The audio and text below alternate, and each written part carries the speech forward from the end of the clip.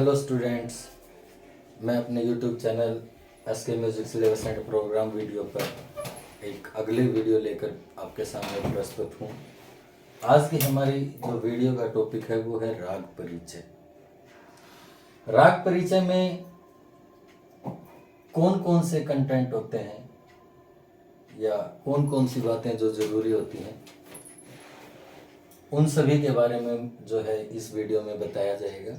और इस वीडियो को शुरू करने से पहले आपसे रिक्वेस्ट है कि इस चैनल को लाइक, शेयर और सब्सक्राइब करें। तो इसी के साथ हम अपनी ये वीडियो स्टार्ट करते हैं। तो सबसे पहले राग परिचय के लिए किन बातों का होना, हमें किन बातों के बारे में जानना जरूरी है, वो सभी इस वीडियो में बताई जाएंगी। सबसे पहले हम बात करते हैं राग। राग होता क्या है?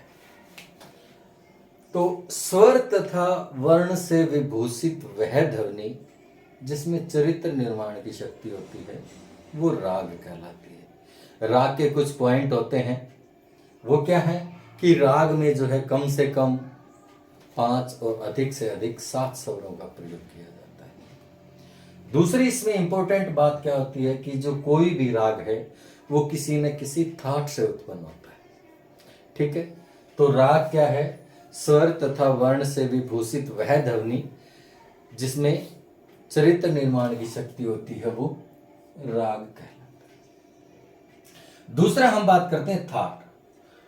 थाट क्या होता है? जैसा कि मैंने आपको बताया कि राग की जो उत्पत्ति है वो थाट से होती है, लेकिन थाट होता क्या है? स्वरों का एक ऐसा समूह जिसमें राग उत्पन्न करने की शक्ति होती है वो थाट कहलाता है। क्या है? स्वरों का एक ऐसा समूह जिसमें राग उत्पन्न करने की शक्ति होती है वो थाट कहलाता है। उसके बाद नेक्स्ट हम बात करते हैं जाति की। जाति क्या होती है कि राग में जो भी स्वर लगते हैं, जैसा कि मैंने आपको बताया कि राग में कम से कम 5 और अधिक से अधिक 7 स्वरों का प्रयोग किया जाता है। तो राग में जो स्वर लगते हैं उन्हीं के आधार पर जो है राग की जाति निर्धारित की जाती है। तो राग की मुख्य रूप से 3 जातियां होती हैं। कौन कौन सी? पहली ओडव, दूसरी क्या है? षाडव, और तीसरी है संपूर्ण। अब बात करें ये ओडव, षाडव, संपूर्ण क्या है? तो जिस राग की जाति ओडव यानी कि जिस राग में 5 स्वरों का प्रयोग किया जाता है, जैसा कि मैंने अभी बताया है कि राग में कम से कम 5 स्वर लगते हैं और ज्यादा से ज्यादा 7 स्वर। तो जिस राग में 5 स्वरों का प्रयोग होता है उसकी जाति होती है ओडव। जिस राग में 6 स्वरों का प्रयोग होता है उसकी जाति होती है षाडव, और जिस राग में 7 स्वरों का प्रयोग होता है उसकी जाति होती है संपूर्ण। तो राग की मुख्य रूप से 3 जातियां होती हैं जो उसमें लगने वाले स्वरों के आधार पर निर्धारित की जाती है। उसके बाद आता है हमारा वादी स्वर। वादी स्वर क्या होता है? राग का सबसे मुख्य स्वर यानी कि मेन स्वर, जिस स्वर का राग में सबसे ज्यादा प्रयोग किया जाता है वो जो है वादी स्वर कहलाता है। इस वादी स्वर को क्या संज्ञा दी जाती है? इस वादी स्वर को राजा के नाम से भी जाना जाता है। क्या है? वादी स्वर वो स्वर होता है जिसका प्रयोग राग में सबसे ज्यादा किया जाता है, वो वादी स्वर होता है। वादी स्वर को राजा कहा जाता है। नेक्स्ट हम बात करते हैं संवादी स्वर की। संवादी स्वर क्या होता है? वादी स्वर के बाद राग में जो सबसे ज्यादा प्रयोग किया जाता है जो स्वर, वो संवादी स्वर कहलाता है। यानी कि सबसे ज्यादा प्रयोग किया जाता है वो कौन सा होता है? वादी स्वर।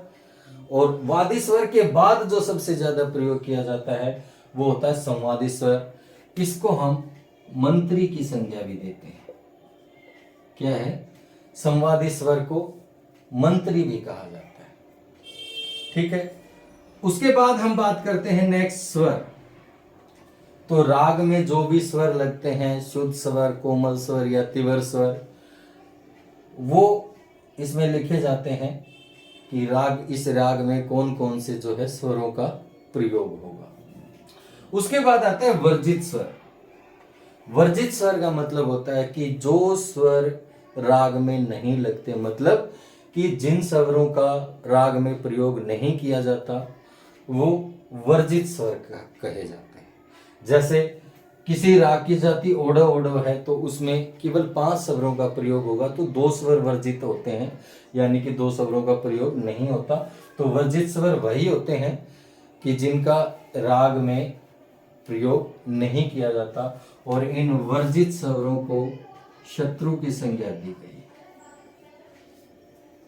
इन वर्जित स्वरों को क्या कहा जाता है? शत्रु, यानी कि जिनके प्रयोग से राग का स्वरूप बिगड़ने का खतरा रहता है उन्हें वर्जित या विवादी स्वर भी कहा जाता है।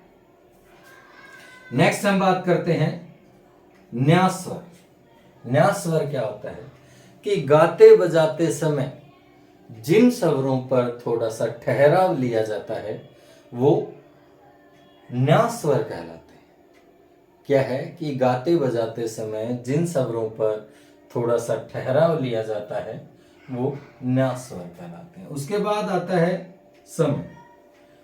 समय क्या है कि भारतीय जो परंपरा है उसमें एक कोई भी राग है उसको गाने बजाने का जो समय है वो निर्धारित होता है, यानी कि जितने भी हमारे राग हैं हर एक राग का एक समय निर्धारित किया गया है भारतीय परंपरा के अनुसार कि ये राग जो है इसी समय पर गाया बजाया जाएगा। तो वो क्या है कि रागों के गाने बजाने का जिस समय पर जो राग गाया बजाया जाता है वही उसका समय होता है। उसके बाद आते हैं संप्राकृतिक राग पर। संप्राकृतिक राग क्या होता है कि जिस राग का हम परिचय पढ़ रहे हैं, जिस राग के बारे में हम जान रहे हैं उससे दूसरा मिलता जुलता राग कौन सा होता है उसे हम संप्राकृतिक राग के नाम से जानते हैं। यानी कि जिस राग का परिचय हम पढ़ रहे हैं उससे मिलता जुलता जो दूसरा राग है उसे संप्राकृतिक राग कहा जाता है। उससे नेक्स्ट हम बात करते हैं आरोह की। सभी को पता है आरोह क्या होता है। स्वरों का चढ़ता क्रम जो है आरोह कहलाता है। नॉर्मली जो क्या होता है, जो भी स्वर हैं हमारे, जो सप्तक का चढ़ता क्रम वो क्या है, सा रे गा मा पा धा नी सा। ऐसे ही अवरोह क्या होता है, ठीक आरोह का उल्टा होता है, यानी कि स्वरों का उतरता क्रम आरोह कहलाता है। उसके बाद हम बात करते हैं पकड़ की। पकड़ क्या होता है? राग, कोई भी राग है, एक स्वरों का छोटा सा समूह जिससे किसी राग की पहचान होती है वो पकड़ कहलाता है। क्या है? स्वरों का वह छोटे से छोटा समूह जिससे किसी राग की पहचान होती है वो पकड़ कहलाता है। और एक बार मैं फिर से सभी को रिवाइज करता हूं जल्दी से। राग क्या होता है? स्वर तथा वर्ण से विभूषित वह ध्वनि जिसमें चरित्र निर्माण की शक्ति होती है वो राग कहलाती है। थाट क्या होता है? स्वरों का एक ऐसा समूह जिसमें राग उत्पन्न करने की शक्ति होती है वो थाट कहलाता है। जाति मैंने आपको बता ही दिया कि राग में लगने वाले स्वरों के आधार पर जो है राग की जाति निर्धारित की जाती है। फिर उसके बाद है वादी स्वर। वादी स्वर क्या होता है? राग में जिस स्वर का सबसे ज्यादा प्रयोग किया जाता है वो वादी स्वर होता है, उसको राजा भी कहा जाता है।